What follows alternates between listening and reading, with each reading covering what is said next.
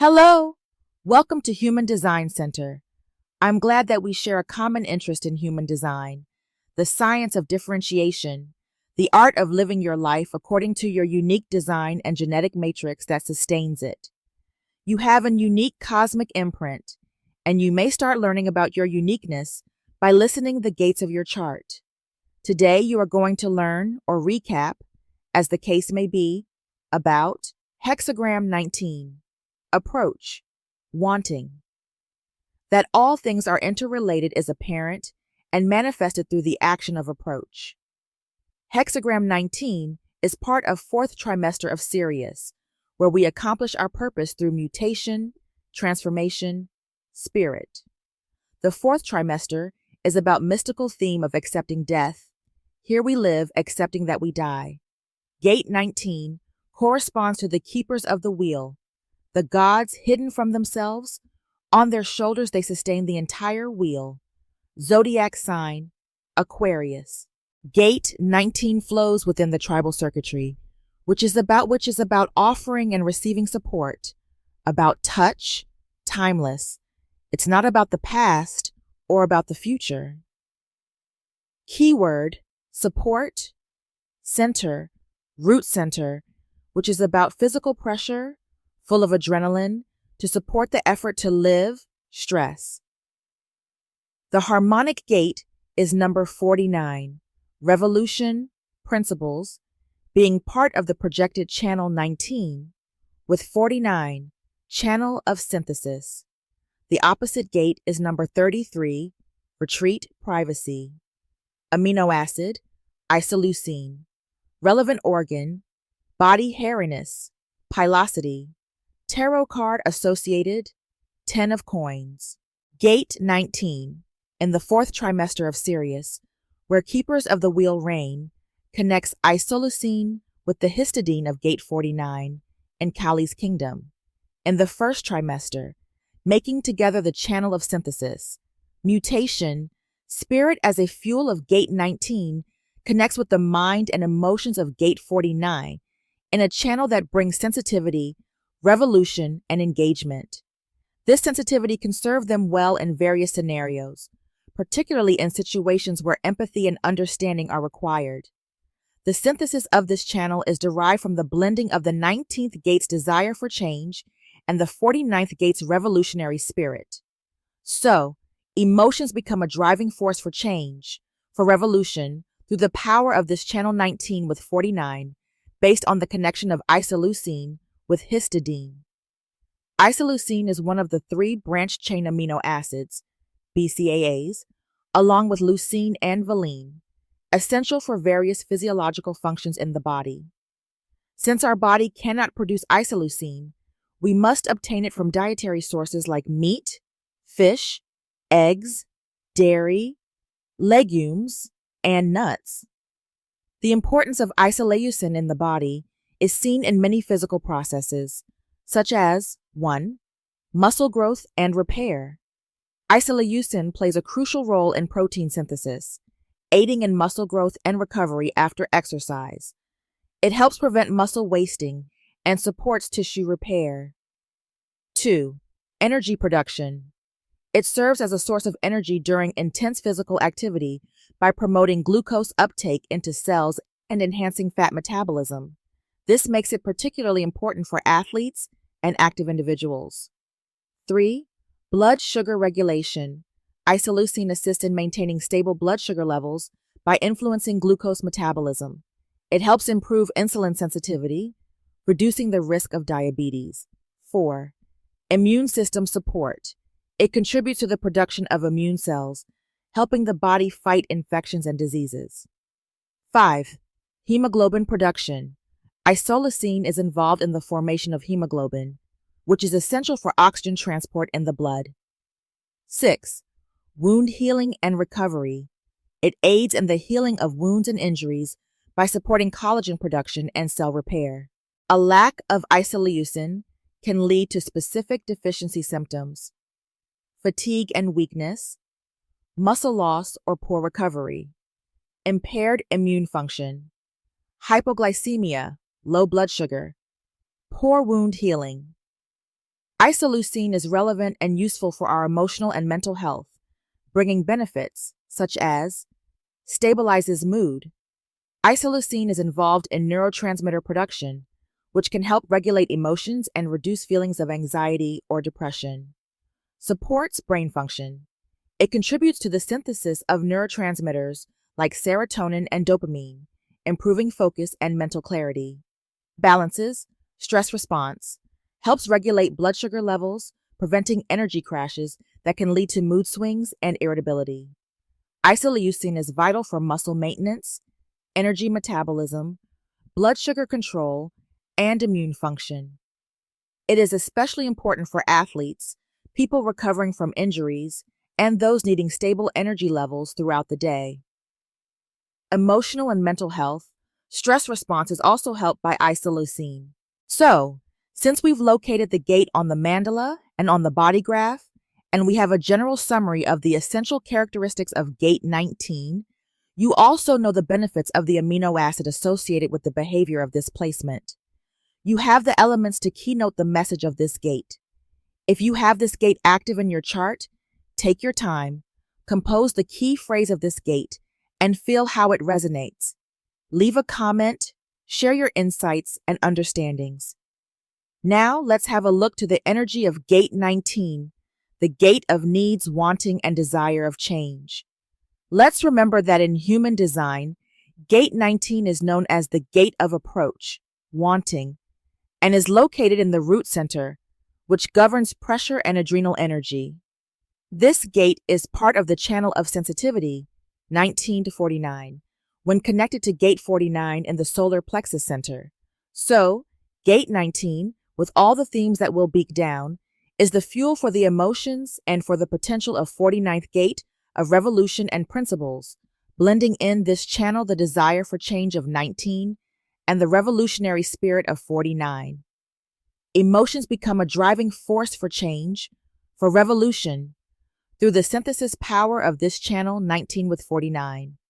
The 19th gate is a gate providing the fuel for wanting and needing. It's a fuel because it comes out of root center. In the same center, we also have the fuel in the 41. This one fuels our evolutionary process in sequences, and the fuel in the 39, which provides essential energy for the mutative stages of that evolution. Specific for the value of the 19th gate is to make sure it fuels having the resources necessary to maintain all of that.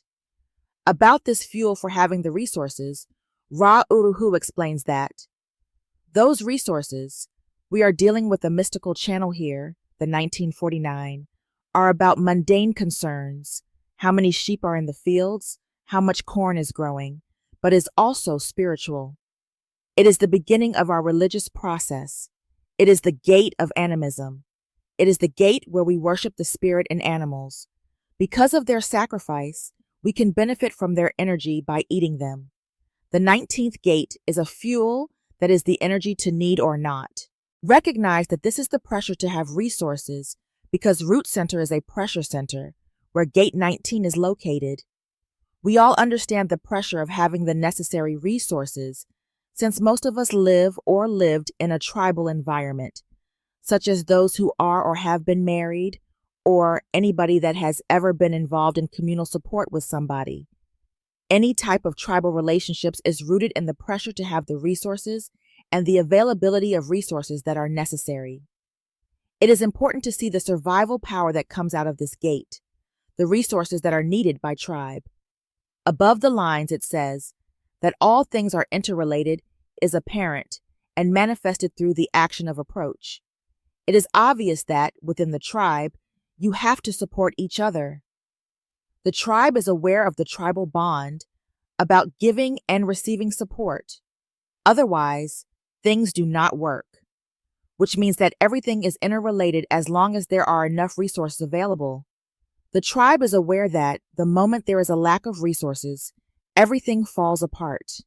The interrelation is apparent, but can only be manifested, maintained through action, through the right approach in relation to the needs of tribe, which are interrelated. But everything is interrelated if there are enough resources. I'll quote Rauruhu and his example for this theme. The north of Spain. I love Basque Country. It is very beautiful, and there are some extraordinary villages to the west of Bilbao. These villages are locked away in picturesque mountains, magnificent, ancient stone houses, huge houses that were meant for families with 10 or 12 children, dotted all over the landscape. They are all empty. The village, its culture and its life is gone. It is gone because the resources were no longer available. Remember that the resources in the 19 are not just the obvious, that we have to have enough to eat. Where are the other things we need? The resources are things like education.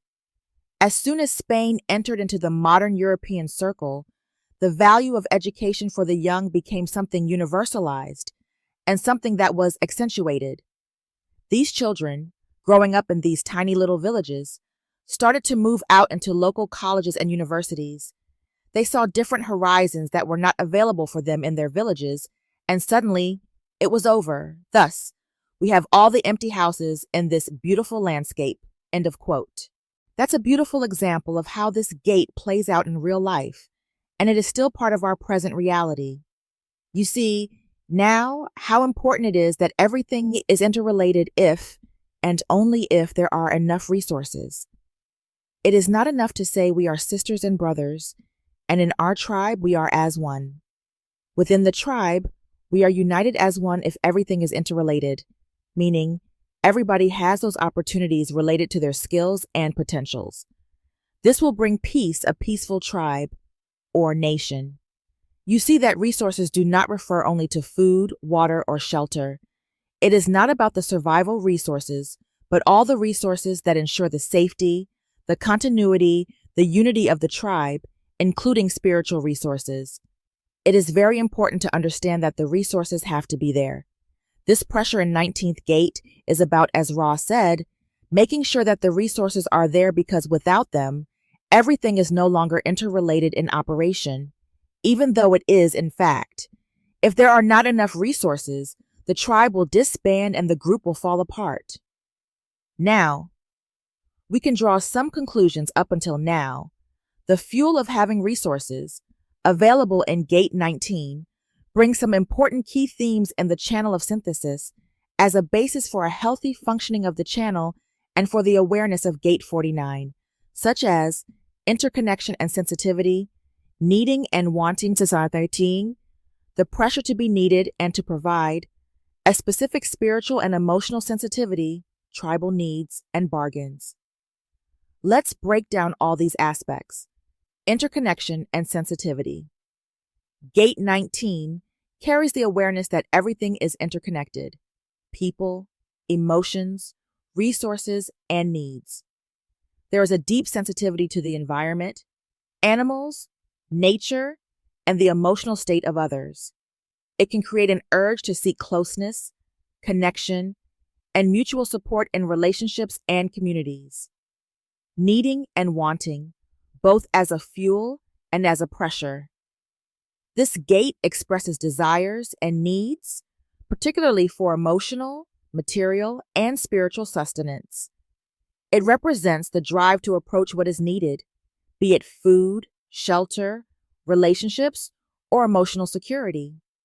There's a fear of rejection or not having enough, leading to a push toward securing stability, pressure to be needed and to provide.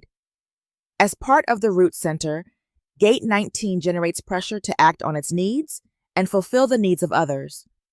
This can manifest as seeking validation through being needed or trying to ensure the survival of a group, family, tribe, community. When not in balance, it may create codependency or feeling unappreciated. Spiritual and emotional sensitivity. Gate 19 is often linked to spiritual awareness and connection to higher realms. It has an instinctive pull toward rituals, traditions, or practices that provide a sense of meaning and security. There's a tendency to feel emotionally hypersensitive, especially when needs are not being met. Here lies also the need to believe in higher forces, in God. Within the tribe, we share the same God, the same traditions, the same rituals. That's a need to be met. Otherwise, emotional hypersensitivity is expressed, since the security and the sense of meaning is threatened. Tribal needs and bargains. This gate is part of the tribal circuit, meaning it is concerned with the well-being of the tribe, family, community. It operates on agreements and bargains, offering resources, protection, or emotional and spiritual support in exchange for loyalty and security. Within a low frequency in the expression of Gate 19, we can outline the risk of some specific behavior. Fear of not having enough leads to neediness or overdependence, overly sensitive to rejection, seeking approval, manipulating situations to fulfill personal needs. If you have Gate 19 in your chart, you may feel deeply connected to animals, nature, and people. You likely sense the emotional and material needs of others. You may experience a strong desire for closeness, security, and belonging. Learning to balance giving and receiving will help you avoid burnout or feeling unappreciated. In relationships, you may crave emotional depth and security, but also fear rejection. In work, you may thrive in supportive roles, humanitarian efforts, or spiritual guidance. Finding ways to nurture others without losing yourself is key to fulfillment. Gate 19 fuels two essential ways of expression: the need to have access to basic resources, like food and shelter, and the need for spirit. Because of this, for sure we interact or bond with others in specific ways. When everyone has enough to eat, a place to live, and a God to worship, we experience life as one healthy community, supporting each other and making our unique contribution to the whole. On the other side, if there is wanting, need unfulfilled, or obvious inequity in our tribe, in our community, nothing works, and the communal support dissipate. If we have ever been part of a family or community, we know about the alertness and sensitivity in relation to the resources that are needed for everyone to survive, as well as thrive and achieve their personal or communal potential. We act for these, or we provide resources according to our specific lines defined in our chart. A 19th gate person looks to Gate 49 to fulfill those needs. The consequences of turning the root center's pressure inward are experienced as oversensitivity, an addiction to being needed, or personal neediness, as in, doesn't anyone care about me? When will I get my needs met? Gate 19. It's about joining with the family, with the tribe, with the community. But it's also the pursuit for unity. It's about the awareness of this duality matrix here on the earth: day, night, black, white, up, down, male, female. But Gate 19 looks for getting the unification of dualities, getting the unity again.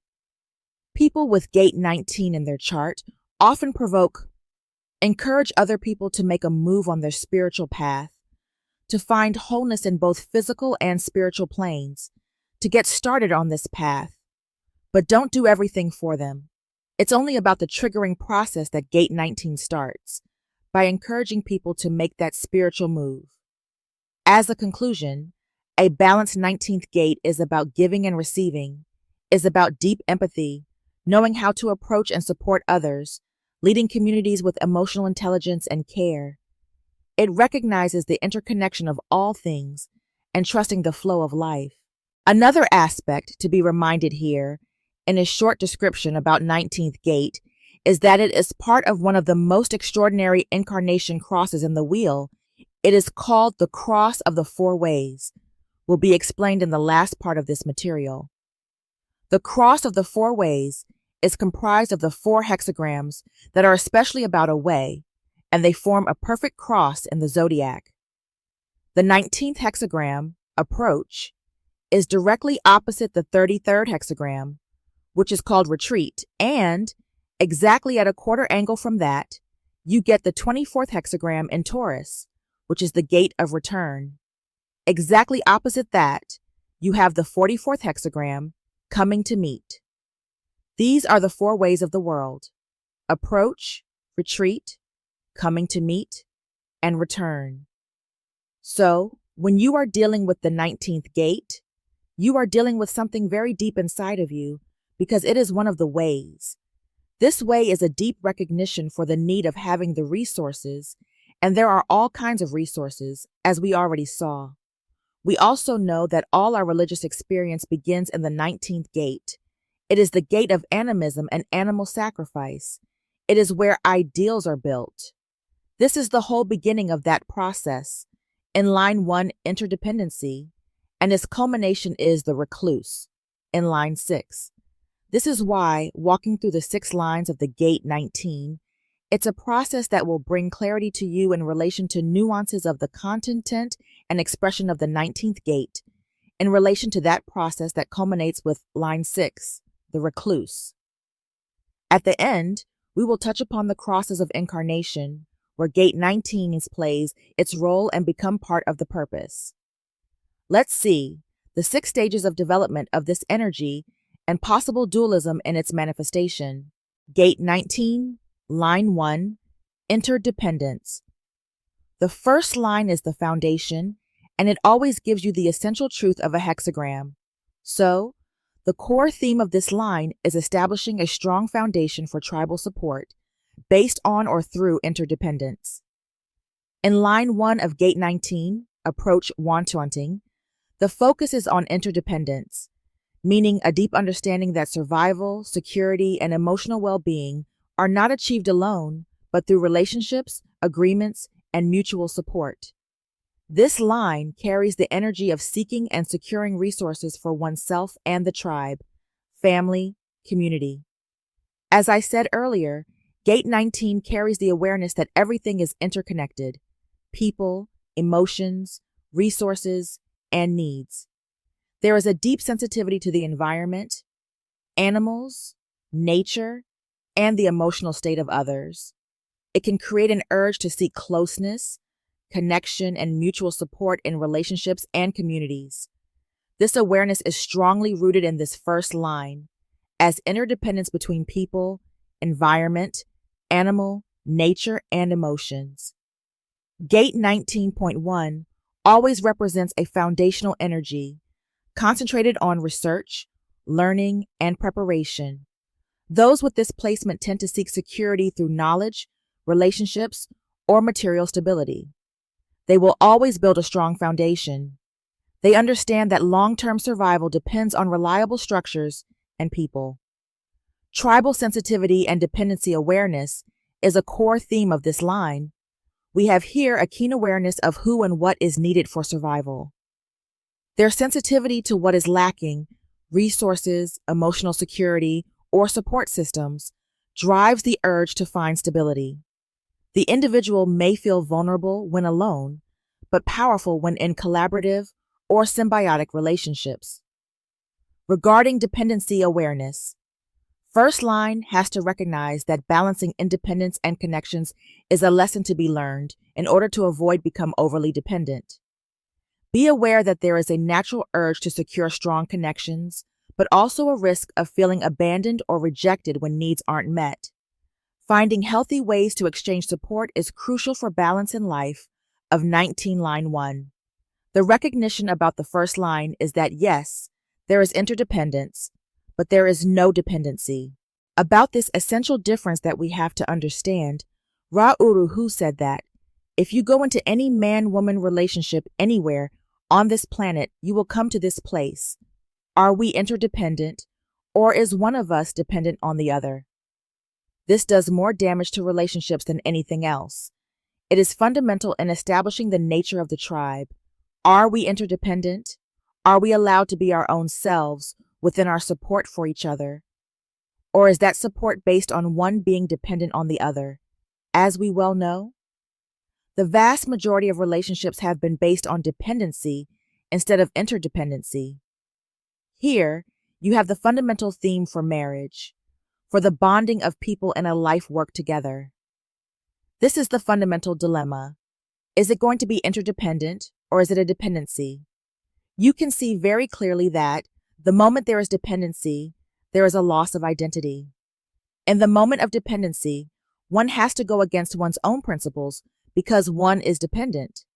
Thus, they no longer have the power that exists in interdependency. It's the nature of 91.1 to seek reliable relationships and support. This line tends to seek out strong and trustworthy people who can offer security and stability. When acting from alignment, it builds solid, reliable partnerships based on mutual respect and shared needs. If out of balance, it may attract or fall into codependent relationships. The priority of 19.1 is the material and emotional security. They express this through a natural instinct to ensure material survival, whether through financial planning, community building, or emotional stability. The fear of not having enough, resources, love, or connection can sometimes create anxiety or a need to control external factors. The challenge is to trust the natural flow of life and recognize that support is always available when approached with the right mindset. Material and emotional security can be obtained through an approach based on the right mindset. Otherwise, first line will come into a low-frequency vibe, expressing fear of being alone or unsupported, leading to clinginess or insecurity. Being over-reliant on others, resulting in codependency. Feeling like a victim of circumstances rather than recognizing one's own power. A healthy and balanced expression of 19.1 requires understanding the balance of giving and receiving in relationships, building strong, mutually beneficial connections based on trust and shared needs, being a source of stability and security for others while maintaining personal strength. If you have gate 19.1 in your chart, you thrive when you build strong, reliable foundations that allow for mutual support. Remember, this is a tribal gate. Keyword is support, giving, and receiving. Now, we look at exaltation and detriment. The sun exalted. The successful approach that does not lose its individual character in acceptance. At the other end of the channel, you have the 49, the gate of revolution, of principles, and of rejection. It is an emotional gate. When resources seem to be available one moment, they may not be there the next moment. In the White Book, the pressure of wanting without losing one's identity when being accepted by others. Other people are always involved here because this is all about support. Ra Uruhu makes an observation. For this line, I quote, "But the reality is that simply because one needs to have resources does not mean that one gives up one's nature in order to get those resources. This is very important. In other words, the tribe is not meant to be homogeneous. The tribe allows for individuality, for difference, as long as everybody is contributing to the resources, which can then be available for all. With the sun exalted, the energy of gate 19.11 is expressed in its most successful form. You can seek and find acceptance while remaining true to yourself. You understand interdependence without becoming dependent. You balance your personal needs with the needs of the group. Key themes of sun, exalted in gate 19.1. Sun exalted brings to you a natural ability to approach without losing authenticity. The sun represents life force, strength, and identity, and here it illuminates a path to successful connection.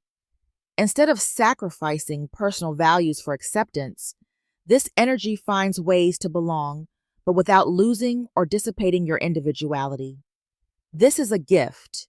People with this placement often navigate relationships and communities with ease, knowing how to blend in without losing themselves. Sun ensure that pressure of being accepted without compromise. Gate 19 carries the pressure of wanting connection, resources, love, and support. In line 1, there's an intense need to establish security, but the sun exalted ensures this is done with integrity. There's a drive to approach others, but also a strong inner sense of what is and isn't negotiable when it comes to personal identity. Here, you experience the understanding of the balance of interdependence. This line grasps the foundation of human relationships, that everyone needs support, but no one should lose themselves to it. Instead of becoming overly dependent or too self-sufficient, those with gate 19.1 Sun exalted understand healthy interdependence. They find security in self-worth. While some expressions of Gate 19 struggle with fear of rejection, the Sun exalted in line 1 is more confident in its worth. It does not seek validation out of insecurity. It approaches because it knows it has something valuable to offer. Even if acceptance doesn't come, there is a deep trust in one's identity and a knowledge that the right connections will be found. Coming to the dualism of every expression, you might express a low frequency of this placement, such as feeling pressure to belong so intensely that one changes too much to fit in, or fear of rejection leading to either dependence or isolation. Remember that you are here, with Sun exalted, to model interdependence, showing that the healthy approach is true acceptance that doesn't require changing who you are. When you get to the other side of this energy, we have the Moon in detriment. The tendency, once an approach is accepted, to get stuck in continued reflection at the expense of continued development. It is not just about wanting to be needed. It is not just about resource of food, spirit, religion. With this placement, it is also about the resource of having a partner. Remember that this is the channel of the bride and groom. This is all about creating the initial bargain that creates the foundation of how any kind of tribal relationship is going to work. In the White Book, it says, the pressure for acceptance which fears eventual rejection. The 19th gate flirts because it is looking for the possible resources at the other end. The moment that those resources are offered, it may not be the real thing. It may be just for that moment.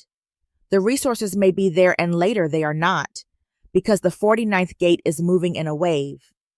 When the Moon is in detriment, it creates an emotional challenge to your own way of understanding and securing stability before taking action. Emotional uncertainty can lead to self-doubt and analysis paralysis. There is a tendency to overthink acceptance and belonging, which can slow down personal growth. Your fear of rejection creates hesitation in moving forward, even after being accepted. With Moon in detriment is about getting stuck in reflection rather than moving forward. This placement brings a deep sensitivity to being accepted or rejected. It can create a pattern of overanalyzing past interactions instead of progressing. Even after gaining acceptance, there's a tendency to question if it's real, secure, or lasting. Moon in detriment amplifies emotional fluctuations, making it harder to trust stability. Moon can turn the pressure to be included into anxiety or insecurity. Instead of taking action to solidify relationships, this energy can cause someone to hold back, hesitate, or overthink. The fear of rejection can result in emotional withdrawal, or even self-sabotage, and finally stagnation. Becoming emotionally stuck, you replay past experiences instead of progressing. I think you have the potential to balance this Moon and how it plays out in real life by recognizing that belonging is secure and doesn't need constant proof, trusting in mutual support instead of fearing it will disappear, moving from analysis into action, allowing relationships to evolve naturally. Remember that detriments are also expressed on either the lowest or the highest frequency. There is always a balance point between the two sides. Gate 19, line 2, service. The dedication of personal resources as a result of external contact. Line 2, in any gate represents mental intuitive energy that responds to external influences rather than seeking them out actively. When you have this second line, it means that you dedicate your resources, time, energy, emotions, or material wealth because of an external influence due to an external contact, perhaps someone in need, a cause you resonate with, or a deep emotional connection. Unlike some other lines that actively seek engagement, line 2 is a natural responder, responds when called upon, meaning that you might not always go out looking to give, but when a person or situation needs your help, you instinctively step in. You may find yourself supporting others financially, emotionally, or physically. but only when you truly feel the external pull or connection. If you're not careful, you could overextend yourself by giving too much, leading to exhaustion or feeling unappreciated. In your real life, you might be someone who naturally attracts people who need help, and you respond generously when the connection feels right. You thrive in relationships where there's a mutual exchange of support, whether emotional, financial, or energetic. If you feel unappreciated or drained, it's important to set boundaries and recognize when giving is genuine versus being taken advantage of. The second line is all about projection. Ra-Uru-Hu gave a powerful, meaningful explanation of this line. I quote, "You can see that this second line is the one that has a highly valued title. It is called service. If you wonder how they chose the priestesses for temples, the little boys and girls that were the reincarnated Lama, these are the children that were usually pulled out. These are the ones that get automatically recognized by those who are sensitive as being ready to serve at some level. If you go down a road lined with begging kids, it will be the child that has the 19.2 that you address with, 'You come, I'll feed you, and you'll do some things for me.' That is the one that is projecting out, whether it is true or not, that they will be of service in return. Never forget the bargain. They are of service in return for the resources. The resources have to be there, but they are ready and willing to serve. The dedication of personal resources as a result of external contact. Personal resources are, you use your body and I will feed you. You will work in my fields. Jupiter exalted. Dedication and service to the highest values. The energy to want to be of service. First, we have the resistance to being of service, to being a servant in order to get access to the resources. Nowadays, we do not have servants, but in the past, there were always indentured people, people who worked for other people, who were not given salary but food, and lived as part of that community in return for their labors. This form of service is very ancient. It is indentured labor in that sense. It can also be at the highest level. As I already said, line 2 is naturally intuitive, receptive, and responsive rather than seeking external influence actively. When triggered by external contact, it dedicates itself to offering support, resources, and emotional presence where needed. People with line 2 are the natural responder with a constant dedication to service. With Jupiter exalted, there is another layer added, and this influence becomes amplified in a benevolent and expansive way. Jupiter's influence is about the expansive drive for service. These people project outwards that they want to be of service for the rest of their lives.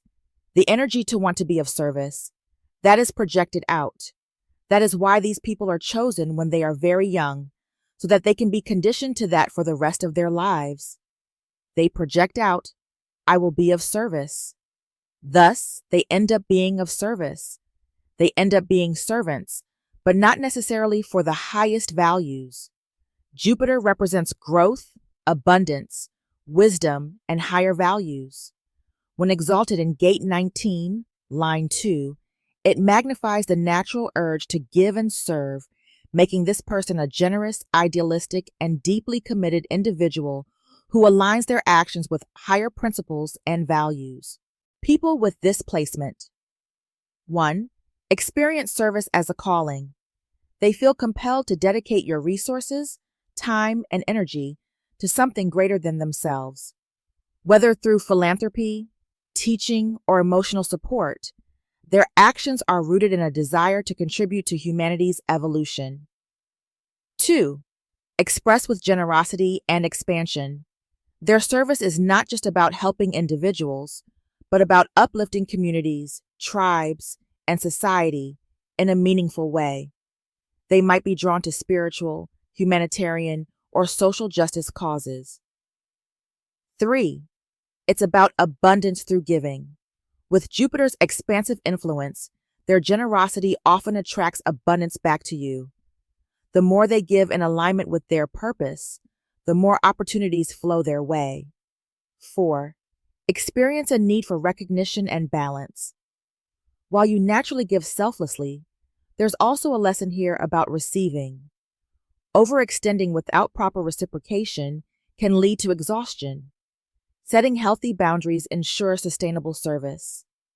In your real life, you may have experienced synchronicities where you're in the right place at the right time to offer support.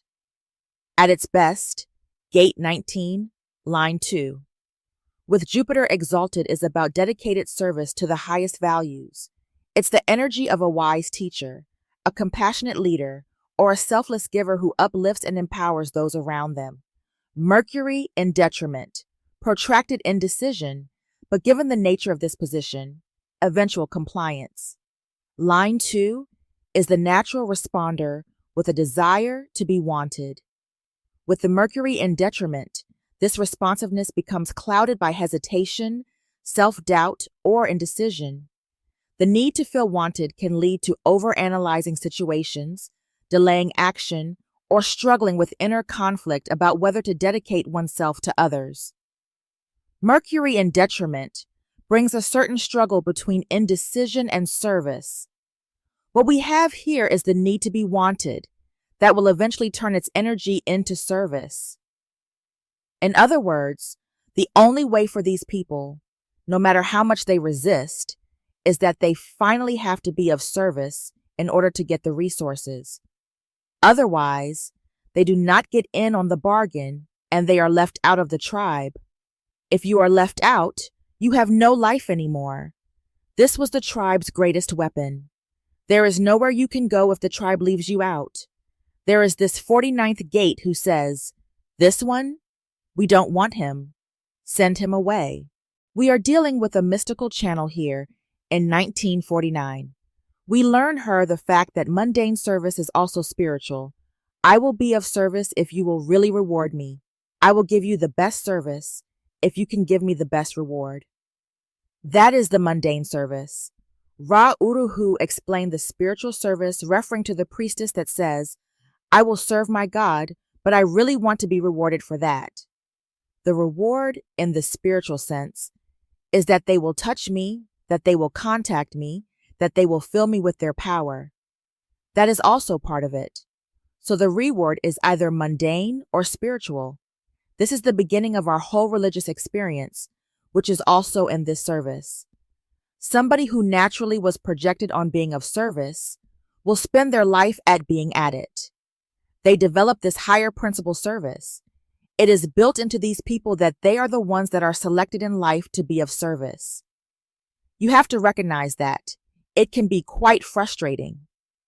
If somebody comes and projects on them, you can be of service. It may turn out later on that they are not really of service. About these people, Ra says that they are just pulled into that situation.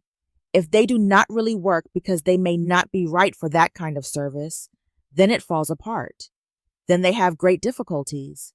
Indentured labor is not slavery. There are always possibilities that at some point they can buy themselves out, though it is a very difficult process. This is where tribal prostitution is. Tribal prostitution is different from collective prostitution. Temple prostitution, or prostituting oneself for the benefit of the tribe. The nature of this is being brought into service and made dependent. You can end up having to do things for the benefit of the tribe to get your resources. That is not a comfortable thing to be involved in. Now, for our real day-by-day life, we can draw some conclusions here, considering that Mercury governs thoughts, communication, and processing information. In detriment, its natural agility is weakened, making decision-making slower and more complex. This creates a prolonged period of hesitation before eventually giving in and complying. The key themes of this placement are about 1. Indecision and hesitation, a struggle to decide when and how to offer support. You may feel the pull to help others, but overthink whether it's the right time, place, or situation. 2. A deep need to be wanted. The core motivation here is the desire for validation and belonging. There is an emotional need to feel recognized, appreciated, and included before fully committing to service. 3. Resistance that leads to compliance. At first, there may be reluctance or avoidance, but eventually the energy moves towards service. This can look like holding back, waiting for an invitation, or needing reassurance before stepping in. 4. Overthinking service and connection. Instead of intuitively responding, Mercury in detriment brings mental interference, questioning motives, doubting actions, or fearing rejection if help is not well received. Do you struggle with self-worth? Wondering if your help is truly needed or appreciated? Do you want to contribute but you feel uncertain about whether you should step forward? Do you often experience hesitation before eventually committing to a cause, relationship, or role? Do you overthink how you communicate your support, leading to delays in action? These are questions that need an honest answer if you have Mercury in detriment in this line. In the meantime, trust in your worth and service without waiting for validation. Move past indecision by listening to your deeper intuition rather than overthinking the process. Your contributions matter, even if you don't always receive immediate recognition. Gate 19, Line 3, Dedication. Receptivity to approach can only be maintained through vigilance, being on guard. Line 3, in any gate carries an experimental trial and error energy. It is not about stability, but rather learning through experience, navigating challenges, and testing what works and what doesn't. In the case of Gate 19, Line 3, this learning process applies to relationships, support systems, and the exchange of resources. Let's break down the meaning of receptivity to approach can only be maintained through vigilance, being on guard. You are naturally receptive to connection and support from others, but you've learned through experience that not everyone has good intentions. You keep your guard up to protect yourself. You really are cautious but open. Since Gate 19 is highly sensitive to the needs of others, this line suggests that you may have been taken advantage of in the past. As a result, you develop a sense of vigilance, carefully evaluating who you let in.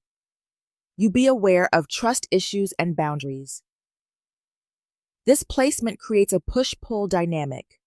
You want connection and support, but you also fear being vulnerable to the wrong people. It's about finding the right balance between openness and self-protection. Balance your sensitivity and the capacity to maintain self-protection. The third line learns by making mistakes. This means you may go through relationships or situations where you give too much or trust too soon, only to realize you need stronger boundaries. Each experience teaches you how to be receptive while staying cautious. It's the specific process of learning through trial and error in this third line of Gate 19, with the 19.3 gate in your chart. You are highly sensitive to the emotions and needs of others, but may hesitate before fully opening up. You have learned, or are learning, to set boundaries after past experiences of feeling drained or taken advantage of. You may feel a strong push-pull between wanting connection and needing self-protection. You observe people carefully before trusting them, ensuring they align with your values before you invest energy in them. You find a valuable lesson in this line that true receptivity does not mean blind openness. It means being discerning and intentional about who you allow into your space. By maintaining healthy vigilance, you can stay open to meaningful connections while protecting yourself from unnecessary energy drains. We know that line 3 is always about learning through experience. It is naturally adaptable, resilient, and exploratory, testing what works and what doesn't in relationships and communal settings. When applied to Gate 19, this means learning how to connect with others while maintaining personal security and emotional well-being. Now, besides trial and error, there is a strong theme of bonds made and broken in this third line in relation to the need and the wanting in this line. Here we are dealing with this theme within the context of support and the need for resources. This line is called dedication. It is about being dedicated to needing those resources. No matter where you go with the 19, you are not going to escape this deep need for the resources. whatever the resources happen to be. Receptivity to approach can only be maintained through vigilance, being on guard. The nature of being dedicated is not simply a matter to need to have the resources, but in order to get them, you have to stay with it. You have to be vigilant. You have to guard and protect it. Ra Uru Hu says that if you figure out how to condition animals, that is part of the stream, how to get sheep to live in your backyard, it is not enough that you have them there and you know that you can eat them. You have to guard against them being taken away as well. In other words, you have to remain vigilant. This is not a one-shot abstract experience where you grab the money and run. It means that you are stuck, that you are hooked up. It means that you are locked into a tribal obligation. Thus, vigilance is necessary. Otherwise, the resources can never be maintained or held onto. End of quote. Venus exalted. The natural ease with which communion is maintained. Sensitivity and ease fueled by acceptance by others. This line is about the natural ease with which communion is maintained, but you don't see the natural ease with which resources are maintained. No, it's not about resources. It's about community maintaining. These people are so dedicated to needing the resources that they have no problem relating with other people in the tribe. It is easy for them to make the relationships. What is specific for them is that, being a third line, they make mistakes, and relationships don't always work out. This happens because it is not about the relationship itself, but it is about whether or not that relationship can bring about the resources. It does not matter who your associates are, but if you want to feed yourself and you want to live, you will have to have associates that will bring you to that. It requires vigilance, not simply just skills of being ready to support others or be supported. In the White Book, sensitivity and ease fueled by acceptance by others. If somebody accepts you, is very easy. You are there with them, but the vigilance is on those resources. So, in other words, it's not about how many associates you have, how many friends it's about how productive these relationships are in that sense. What I mean is, it is not about how many people are in the tribe. If 99% of them are unemployed, the tribe is starving. It is not just about having the numbers in terms of people. This is the trial and error. The touch of Venus exalted in this line is about sensitivity and ease through acceptance. Venus represents love, harmony, beauty, and values. When exalted in Gate 19, line 3, its influence softens the trial and error nature of this line, bringing grace, charm, and a natural ability to connect with others. These connections are related to getting the resources. Their purpose is to be productive. As I said, you find it easy to build and maintain close relationships. Your sensitivity is not a burden, but a gift that draws people toward you. Instead of struggling with the typical uncertainty of line 3, Venus adds a sense of ease and flow. You learn through relationships, but people naturally accept and support you, making those lessons gentler and more fulfilling. That's emotional and social grace of Venus exalted. This placement suggests that being loved fuels your sensitivity. When you are accepted by others, this enhances your natural warmth and ability to support them. The more you feel appreciated, the more you open up and share your emotional depth. Thus, it's very easy to enter into relationships, but remember that it's not about the quantity. It's about those relationships that are productive for you, bring rewards, financial benefits, leading to access to the resources that tribe needs.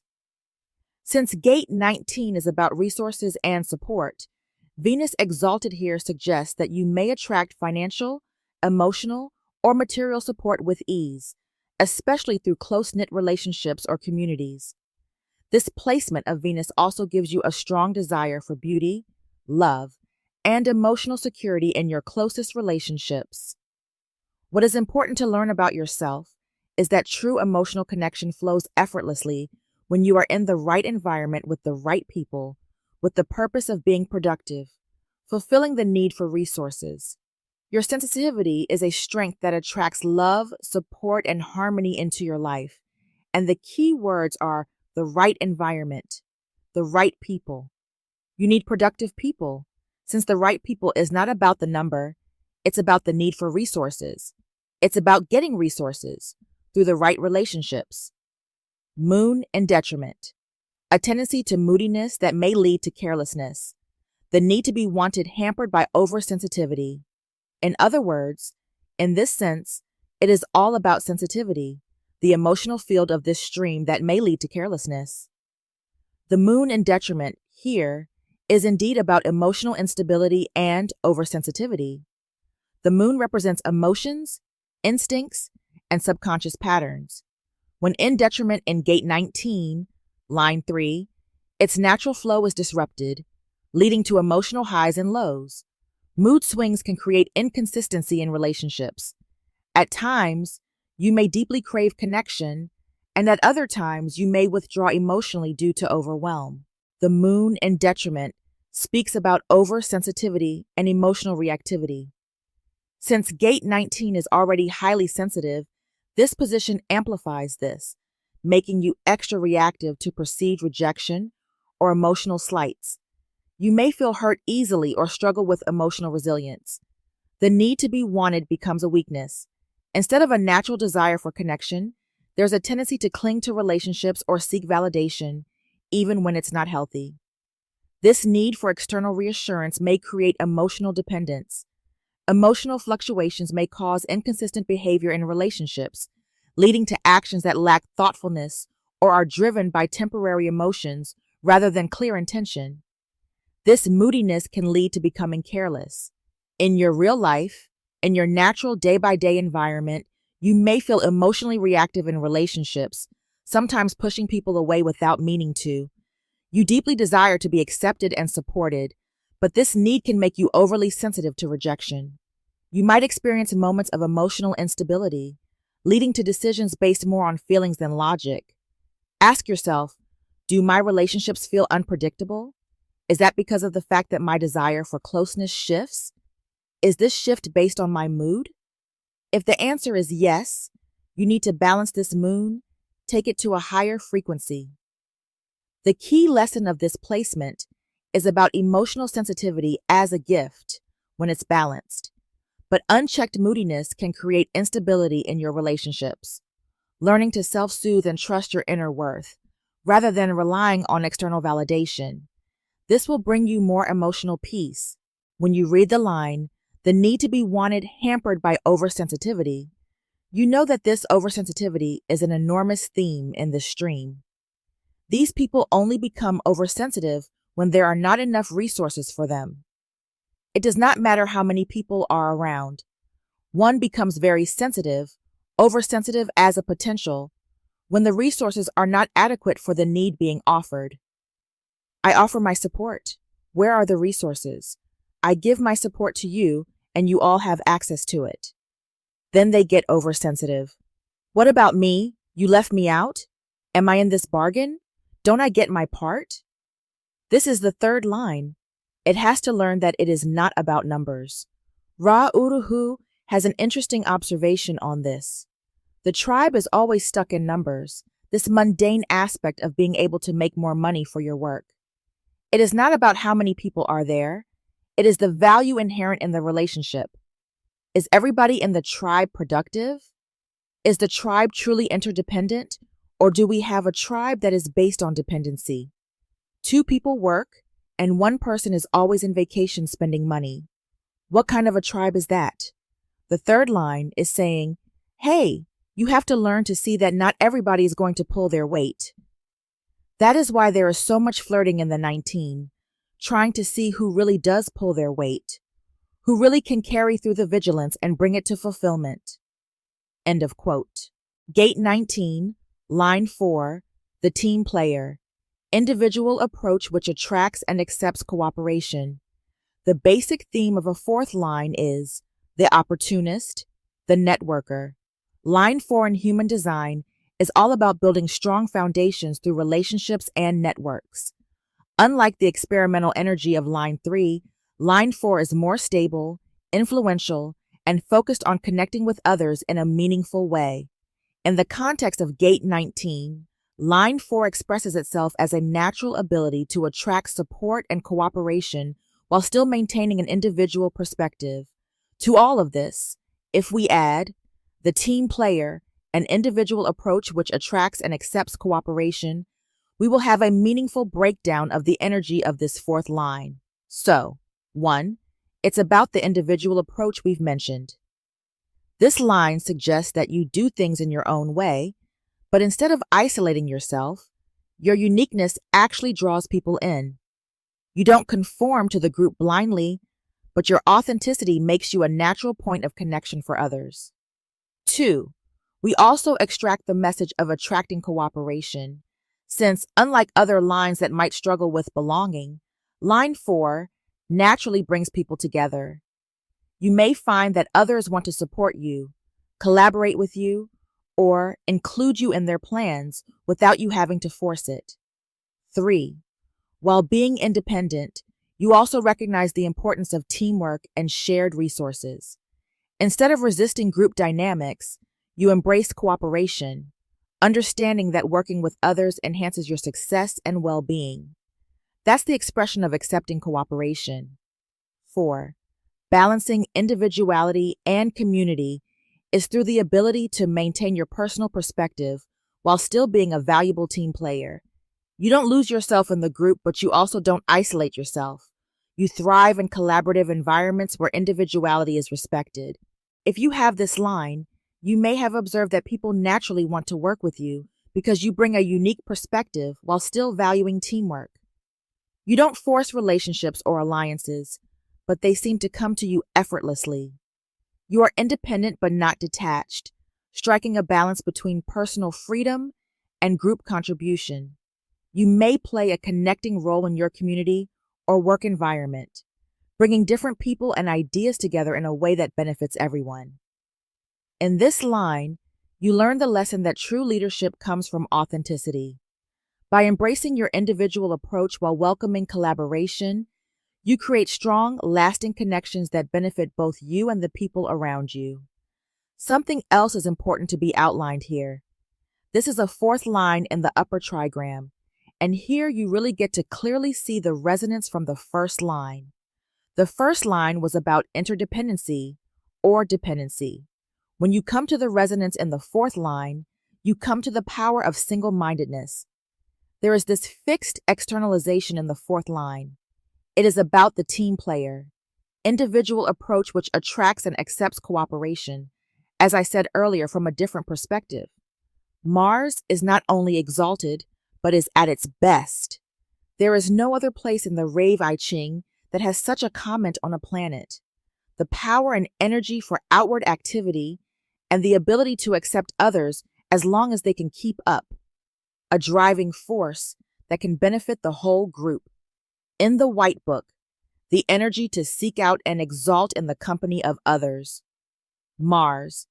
Exalted is about strong, driving energy for connection. These people are driving forces in the community. Mars Exalted says, where will we get those resources? Come here and let's do it. They are the ones that can bring this enormous energy to work as an interdependent energy. They bring their own energy, as long as everybody can keep up with them. Mars represents raw energy, drive, action, and assertiveness. When exalted in Gate 19, Line 4, it adds momentum and strength to the way you engage with others.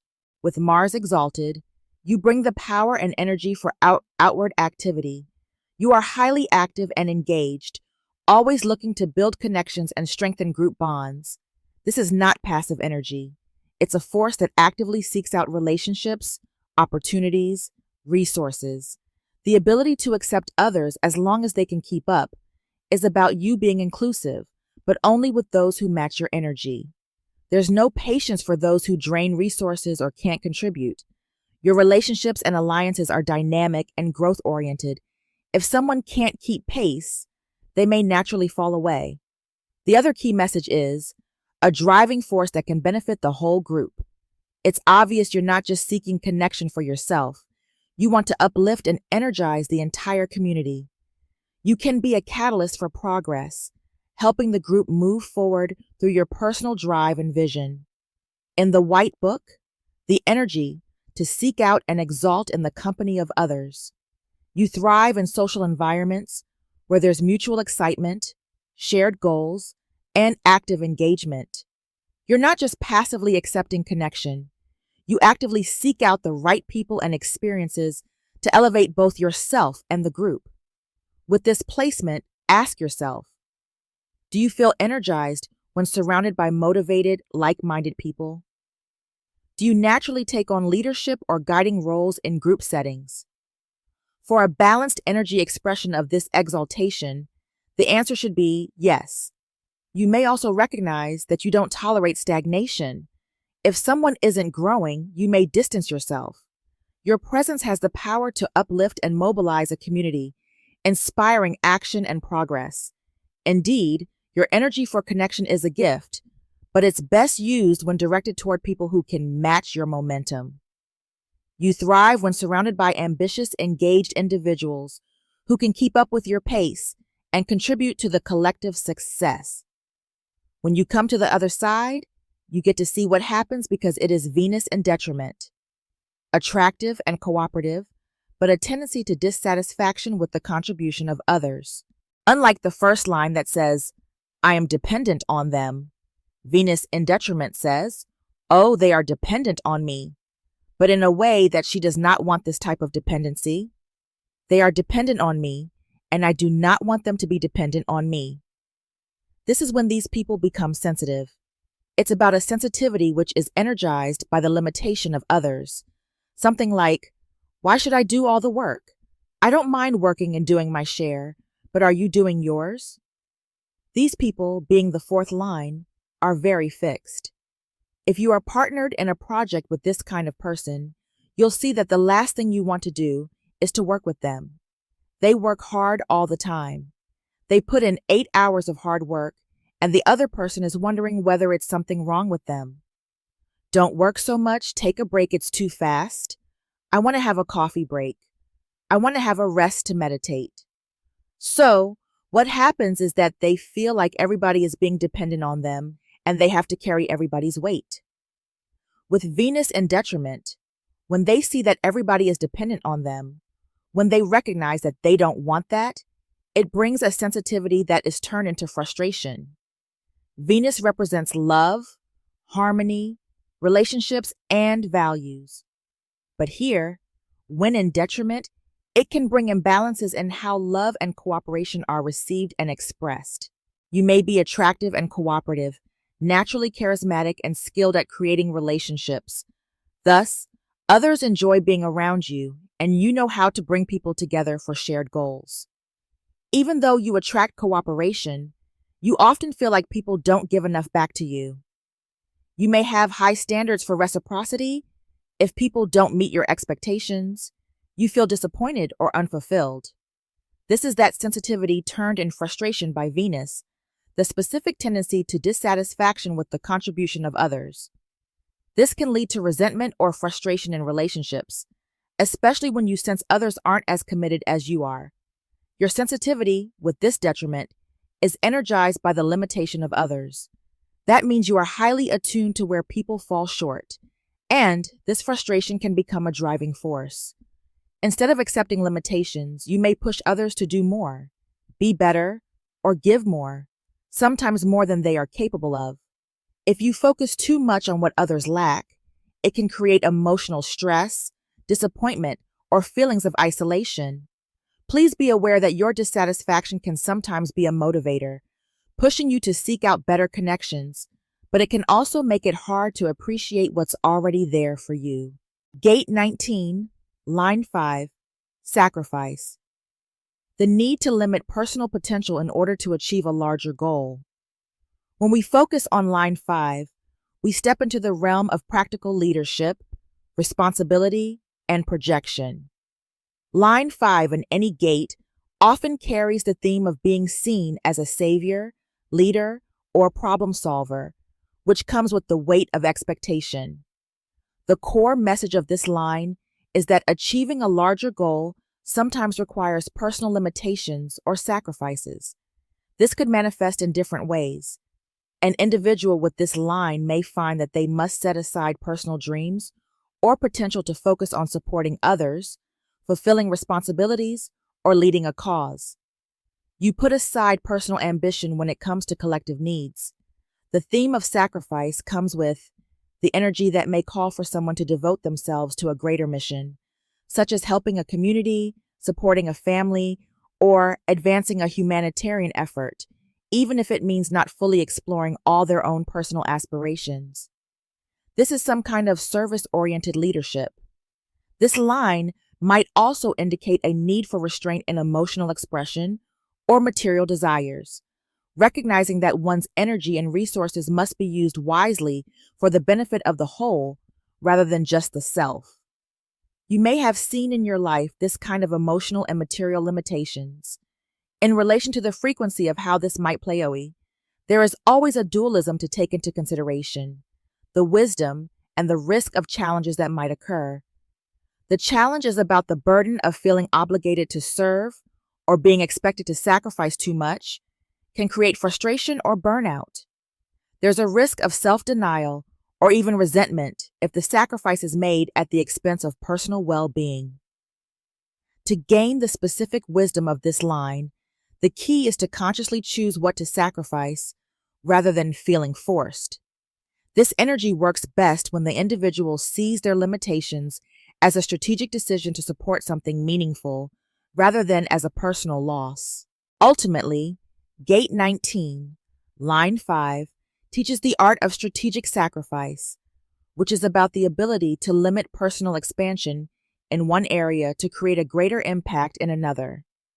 When lived in alignment, this energy supports deep service and leadership, but it must be balanced with personal boundaries to avoid unnecessary self-denial or becoming a martyr.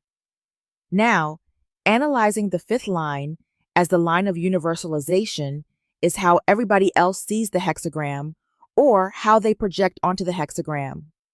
Ra Uru Hu describes this type of projection in a meaningful example. Think about what that is like. You are a commander in the fields, and you have to take some hill away from the enemy. There are only two members of your troop that are going to stand out to you automatically, the 19.2 and the 19.5. The 19.2 will be of service because they are projecting out, I will go and do it. But you also know about the 19.2 that there is a limit to what they will do because they are expecting a resource in return. Therefore, they will do only so much and go no further. The 19.5 is a bargain for a commander because a 19.5 is quite ready not only to be of service, but to sacrifice themselves in that service. And in the larger context of the movie, they do not get any resources for it other than a medal that is placed on their grave. In other words, they are quite willing to sacrifice themselves without any need for resource in return. And remember, that is not their true nature. That is what is projected on them. The projected field wants to see the 19th hexagram, this need, as a readiness to sacrifice. Why should I pay you? Do it for the benefit of the tribe. Why do you need resources? Make a sacrifice. Take a day off a week and work for the state for nothing. We really saw countries that have done that. Everyone has to take a day off. At least it is not 3 days a week to build the pyramids, but nonetheless, the sacrifice is inherent here. When you see somebody with a 19.5, there is a Christ complex at work in there. This sacrifice for the higher good is projected on them. This one will make the sacrifice. This one will bleed for the cause. This one will die. This is projected on them. Given the right principle, they will. The need to limit personal potential in order to achieve a larger goal. In other words, I will die so that others may live. I'll die on this cross so all of you can be redeemed for your sins. This is the basic theme. It goes back to the sacrifice of children. When they were going to sacrifice children for the fertility festival in the springtime, the 19.5s were sacrificed and all spotted by the 49.5. I am a 49.5, says Ra about himself. I know them when I see them. This one over there can be sacrificed. and the 19.5 will come forward and say yes. The Mayan culture had ritual sacrifices. Most of the time, those sacrificed were criminals and border tribes, but they had certain numbers to be sacrificed because mathematics was very important. There were times when there were not enough numbers to fill the list of those that had to be sacrificed, and there were people who would come forward and agree to be sacrificed. I have to make a sacrifice for the greater good because if I don't die, the tribe will have a problem and the magic of the tribe will die. The earth exalted, the self-restraint fundamental to such a nature, energy to keep one's sensitivities restrained. The power of self-restraint is a quality brought by the earth, exalted in this line, and it highlights the ability to control one's emotional and material sensitivities. This can be achieved through emotional control and energetic boundaries, through service provided with the strength and the stability of boundaries. The person has the inner strength to regulate their feelings, even in deeply sensitive situations. They do not let emotions overwhelm them or dictate their actions. Even though Gate 19 is highly sensitive to others, this exaltation allows for self-discipline, preventing over-involvement in others' needs. These energetic boundaries are necessary for a healthy expression of this exaltation. Rather than being overly reactive or giving up too much of themselves, these individuals can serve with stability, ensuring they do not drain their own energy in the process. When high frequency of this placement is expressed, people may feel your grounded leadership capacities. They will see you as reliable, wise, and in control, making you a natural guide for others. Maintain your high expression of this exaltation by recognizing some potential pitfalls. Too much restraint, for example. While self-restraint is powerful, suppressing emotions completely can create internal tension. Finding healthy ways to express feelings is important. Being misunderstood is a pitfall that brings unpleasant consequences if do not set clear boundaries. Others may expect you to take on responsibility because you appear strong and contained. Avoid giving too much at the expense of your well-being. Learn about your own balancing sense and need in relation to service versus self-care. Finally, remember that the Earth's exaltation in Gate 19, Line 5 brings grounded self-discipline, allowing an individual to manage their sensitivities without being overwhelmed by them. It is an energy of controlled sensitivity, strategic sacrifice, and wise leadership, ensuring that emotions and needs are balanced with a greater purpose and personal stability. If you will sacrifice, you have to be very clear about what kind of sacrifice you want to make. Fifth lines have great opportunities in life because they are projected on. They are recognized for an inherent trait within them. In this case, these people can make enormous sacrifices for the societies around them and get almost no return on that. They are part of what keeps the tribe alive, and in our time, this energy is very important. We expect sacrifice. Think about how millions and millions of people in this century walked off and sacrificed their lives in wars. I will fight this political status. I will sacrifice my life. Jupiter in detriment. A tendency in sacrifice to condescend. Sacrifice can fuel a lack of sensitivity. Since line 5 carries the projection theme, others may see this person as a leader, savior, or problem solver, and the energy of this line involves sacrifice, the idea that limiting personal desires or ambitions is necessary to serve a greater goal. Jupiter, in detriment, distorts this energy, creating challenges in how the sacrifice is expressed. We have the premise of what Jupiter represents, meaning growth, expansion, and wisdom. But in detriment, its expansive energy can become exaggerated, misplaced, or distorted. Instead of sacrifice being an act of true service, it can become distorted in many different ways, such as the individual may feel that because they are making sacrifices for others, they are above them in some way. This can lead to a condescending attitude where their support comes with an air of superiority.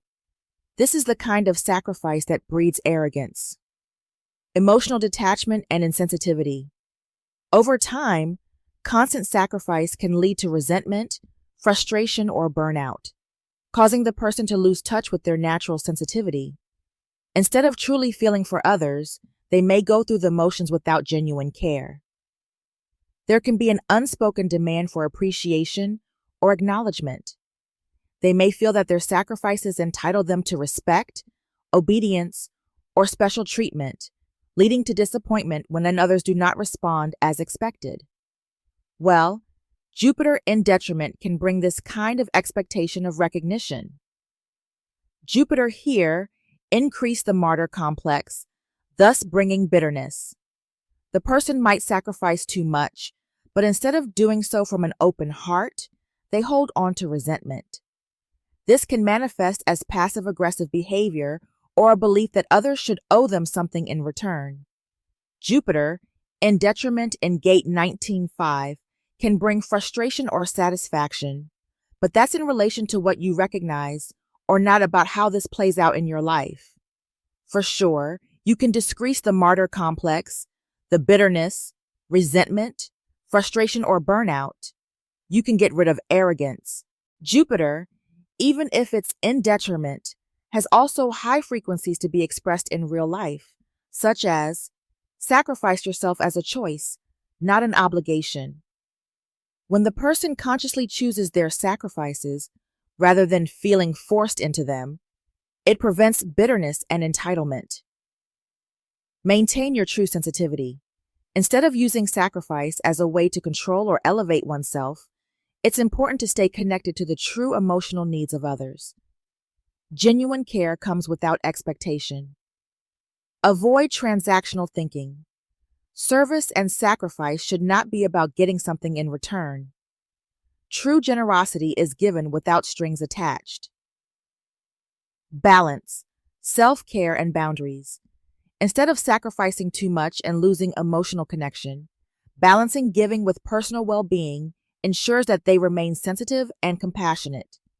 As a general overview of Jupiter in detriment in gate 19, line 5, you have to acknowledge that it twists the energy of sacrifice, making it less about genuine service and more about expectation, control, or superiority. Instead of sensitivity, there can be a lack of true emotional connection, making the person seem cold, distant, or even self-righteous. However, when this energy is balanced with self-awareness and genuine care, it can turn into wise leadership, compassionate giving, and a deep understanding of human needs without expectation of return. This detriment says, I have to do it for them because they cannot do it themselves. After all, they can never hang on the cross long enough. Sacrifice can fuel a lack of sensitivity. Ra-Uruhu makes a beautiful pleading for this fifth line, talking about the sacrifice specific to this detriment. Those who are constantly asked to sacrifice, because that is the projection, become desensitized after a while due to the role that they have to play.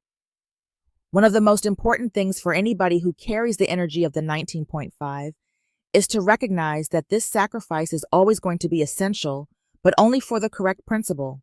This is a dilemma, because the principle is an emotional principle that moves in a wave. This is not an easy thing. We are ready to sacrifice one moment to spare ourselves from Catholics or the Nazis, and the next moment, they are suddenly acceptable.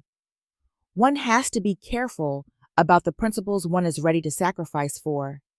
That is a key here. There is no choice. You can only care in the sense of being aware of what it is. All mammals have the 19th gate. They will make those sacrifices and die. They do that quite regularly. It is built in. It is built into us, too. We exalt it and take it to another level because we take it to a higher principle. We bring in the emotional field and the potential for spirit.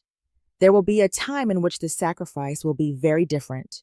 Like all things, the moment that the nature of the emotional system changes, we will change the nature of sacrifice, because who decides about who gets sacrificed or not is the 49th gate, which operates in an emotional wave and is not aware. Therefore, those sacrifices are unusually cruel and meaningless. A ruler says, kill all the people in that part of the country. You go there and kill millions of people, and you take all of the crop for 4 years in a row and sell it on the foreign market.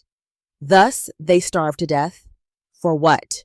This is when the principles of the 49 go haywire, because they are being ruled by an emotional wave, and there is no awareness and no spirit consciousness. Sacrifice in our times is still something that can be very sad. It can also be beautiful because we glorify it. Our tribes are built on our martyrs. Wherever you go, there is somebody who has done something for the state, the last offender of the wall. We consider these people heroes at the highest level because they were ready to sacrifice for the benefit of others.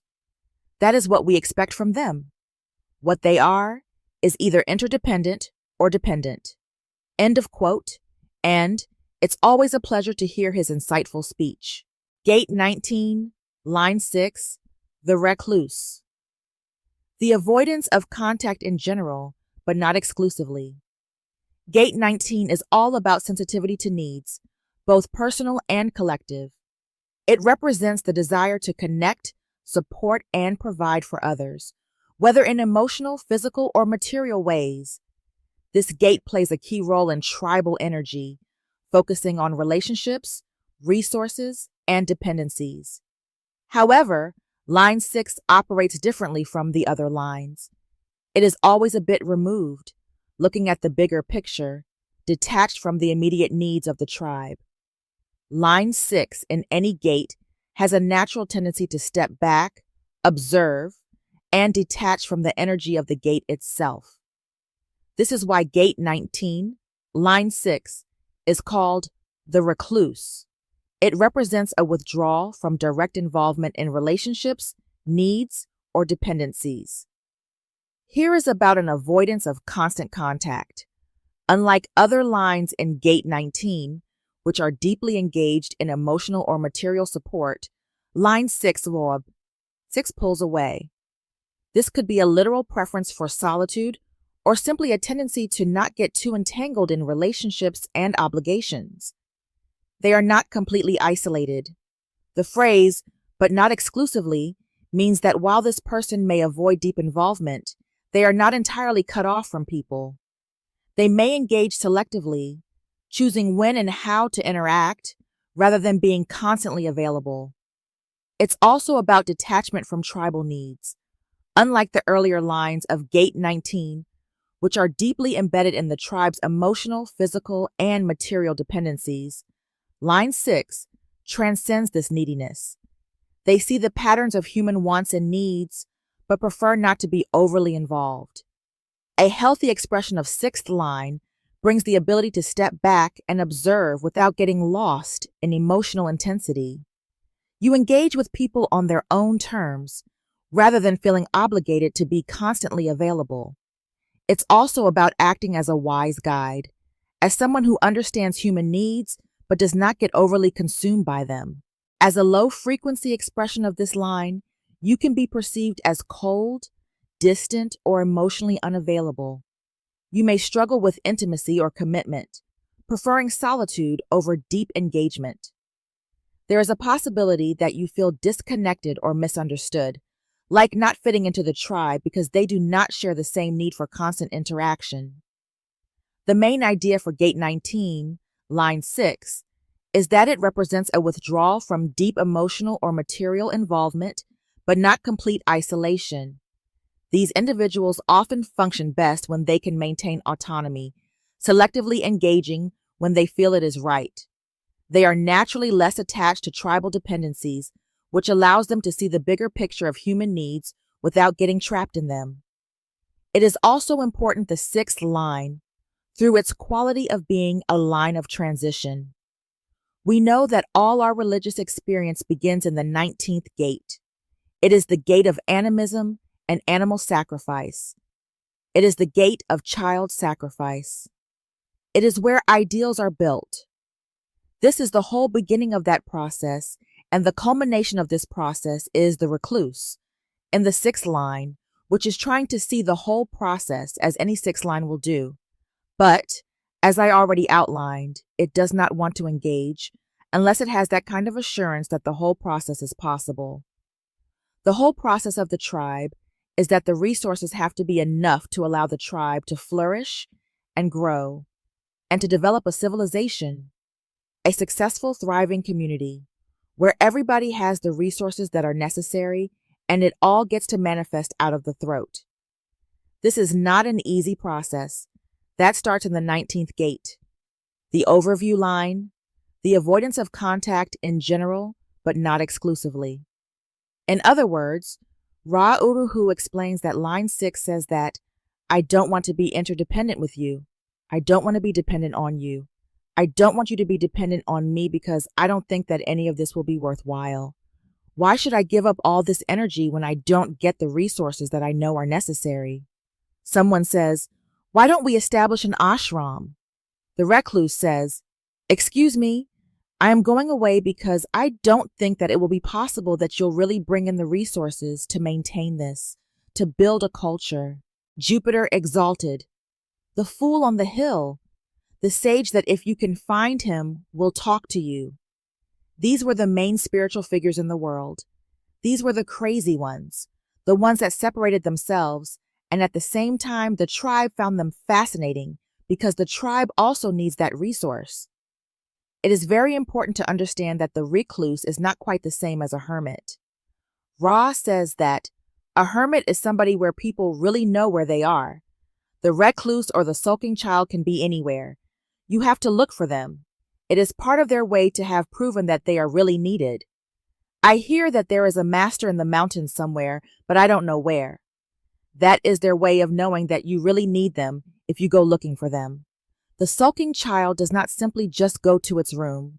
It goes out and hides somewhere outside, and you really have to find them to prove that you need them.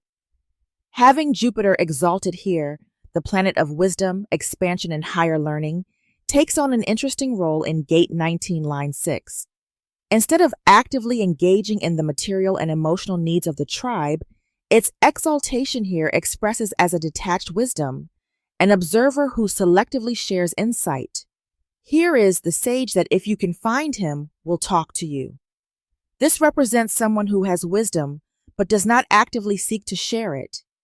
They do not impose their knowledge or engage in the everyday struggles of the tribe, but if the right person seeks them out, they will provide guidance. With Jupiter exalted in Gate 19.6, you are the wise and selective mentor, with a deep understanding of human needs, but you choose not to be overly involved. You will share insight only when you are approached in the right way. Jupiter allows freedom from emotional dependency, unlike earlier lines of Gate 19, which are deeply engaged in tribal needs and emotional support. This person does not feel obligated to constantly give or seek validation. You are a guiding presence from afar, and you may serve as a spiritual teacher, philosopher, or visionary, offering wisdom only to those who are ready to receive it. In the White Book, the energy which generally fuels avoidance. They see the patterns of human wants and needs but prefer not to be overly involved. They may engage selectively, or they engage because tribe wants access to what they have. The tribe is interested in their resources. The person with this line says, well, I don't want to support that. I don't want to get involved in that because I don't think that it will ever get to where it must. What happens is that these recluses, these sages, eventually get sought out. The tribe wants them to make a commitment. The energy which generally fuels avoidance is better understood when you compare it with fifth line. So, unlike line 5, which is projected onto and expected to engage with others, line 6 often withdraws from the world, preferring to observe rather than participate. The avoidance here is not out of fear or rejection, but rather a natural tendency to step back from the emotional and material demands of the collective. Due to these inner qualities, sometimes the expression of the sixth line exalted can distort how others see you. You can be perceived as distant or unapproachable, and others may feel you are hard to reach or disconnected from the real world. You may avoidance to engage in deeply emotional level. This is why, Maybe you retreat too much and miss those opportunities for meaningful connection. There is also the risk of difficulties with integrating wisdom into everyday life because you operate from a detached perspective. In this case, you struggle with bringing your insights and opinions into practical, real-world situations. What you need to remember about Jupiter, exalted in Gate 19, line 6, is that it represents a wise but reclusive figure, is about someone who has deep insight into human needs, but prefers to remain on the sidelines. They are not easily accessible, and their wisdom is only available to those who make the effort to seek them out. Their avoidance is not based on fear, but rather a natural detachment from the demands of the tribe, allowing them to see the bigger picture and offer guidance when truly needed. The other side is Mars in detriment, oversensitivity to rejection that fuels avoidance. The sulking child, the self-imposed exile that will only end when it attracts appropriate and soothing reaction.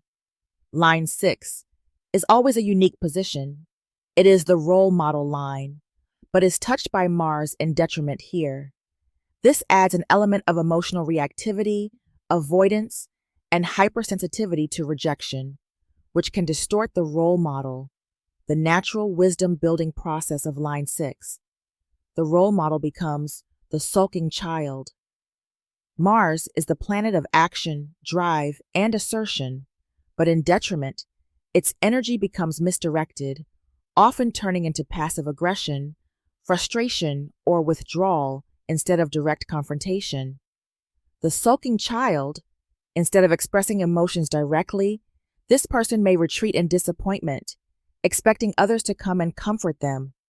The self-imposed exile that will only end when it attracts appropriate and soothing reaction. Their withdrawal is not a true desire to be alone, but a test to see who cares enough to come after them. They say, if they really love me, they will notice my absence and come comfort me.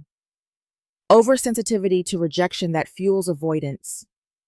This is the fear of not being wanted, which leads them to avoid situations where they might feel rejected. This creates a cycle of isolation, where they remove themselves before anyone else has a chance to do so. Mars in detriment can be balanced once you learn to communicate your needs openly, and then you form deep, supportive relationships. It's also a balanced approach to detach from needing that external validation, which makes you feel secure. With time, you can become wise guides for others who struggle with emotional sensitivity and rejection, helping them navigate feelings with maturity. We observe that of all the lines of the 19, this is the only line in which the 19 is totally in control. Ra gave us an almost visual explanation. I quote, "The 19 needs to be wanted, but the 19.6 will not flirt, though the 1 through 5 will. The 19.6 generally has a fuel which says, avoid all that, don't get their attention. When somebody comes to the fool on the hill, to the sage, or to the sulking child in its room, they are convinced that they are actually needed. You climbed all the way up this mountain up to see me? Yes, master. You finally come into my room to see what I mean, to see why I am so upset? There is a great deal of power in this 19.6 by not bringing the classic 19 energy and offering it. Remember that the projected field is sacrifice. You are supposed to be there to sacrifice. The 19.6 does not care. Come and find me if you really need me. And if you show me that you really need me, maybe, if you are lucky and it is a nice day, I will offer you my energy and support. To so many people who climb that mountain and get to the master and ask him what they should do, he answers, you can go back down now. If you finally go into the room of the sulking child, it says, get out. It is not enough to be needed. Again, the 6th line is always asking for something much more. So the master on the hill will wait for the right question, that not only is it really going to be needed, but that need is legitimate, and if it can hear the legitimacy of that, it can support that. The sulking child has to feel the real need, not simply the tribe trying to discipline the child so that it does not miss for aid, that it is not forced to come back out. It has to be a real need to resolve whatever it is. Of course, the detriment has a lot of chances to play out in your life as challenges and pitfalls if the expression of this detriment is not balanced. For this low-frequency expression, you have to recognize some possible behaviors. Passive-aggressive withdrawal, when, instead of talking about your feelings, you may pull away and expect others to prove their love by chasing after you. Your fear of rejection leads to preemptive avoidance, meaning you miss out on opportunities for connection and support. That's an emotional self-sabotage, not healthy at all. In addition to all of that, if you feel others aren't responding to your needs in the way you expect, you may become cynical or resentful, assuming people don't truly care, thus experiencing unpleasant bitterness and resentment. It is very important to see that in the whole 19th gate lie so many things that have dominated our lives. It is a core fuel. This need for food, the need for how we can share the food and be interdependent in our process, all the fundamental rules for whether we will support each other or not, the amount of service and sacrifice that is demanded by any tribal relationship, all of that in the 19 carries a great deal of weight in the world. We had a lot of transits that helped us to see how important it is that the resources are there. Ra-Uruhu has some valuable words for us in relation to this fundamental gate, 19. The one thing that is clear to me about the nature of the world is that unless you satisfy the 19 as a universal theme that is everywhere, there will never be peace. The 19 must be satisfied. The resources must be there, and it must be fair.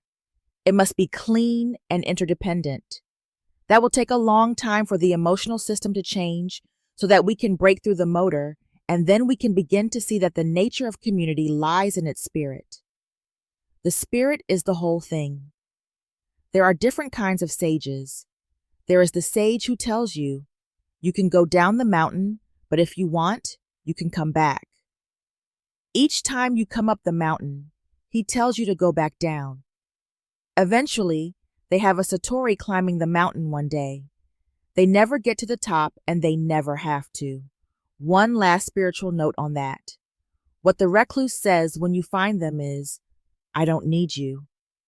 The whole thing about this need for resources is that none of these people can have a life unless they have the resources. There are always those who say, I don't need to have you in my life in order to have a life. I don't need to support the tribe in order to get the resources. The resources are everywhere. This is something very important because without this force, the whole thing that drives the tribe will only be limited to the material plane, only to that materialism that ultimately finds its expression in the 4521. What lies here is something deeper that says, wait a minute, is it really all about need? Is it only about need? There must be something else. There is something else. Individual awakening in the 2551. This is the natural way for the sixth line. The sixth line knows that there is something else other than the material plane. Now let's move on to a different perspective to see how the 19th gate sustains or communicates the purpose of life through the crosses of incarnation that are established when the conscious sun is placed within the 19th hexagram. Right angle cross of the four ways, 4, consisting of following gates, 19, 33, 44, and 24. People pressured by sensitivity to human and animal rights who are motivated by social and spiritual forces to provide for the basic needs of others. Your cross is driven by the energy to make sure everyone has what they need, the most fundamental need being food. For you, this may just be a drive to make sure your family is fed, but for most with this cross, it is greater than that and can extend to the community, the country, or the world. In addition, your cross has a deep spiritual connection that is intertwined with the drive to feed.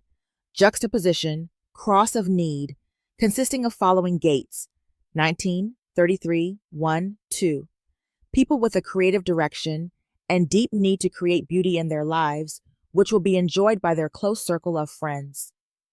Your cross has the need to be expressive.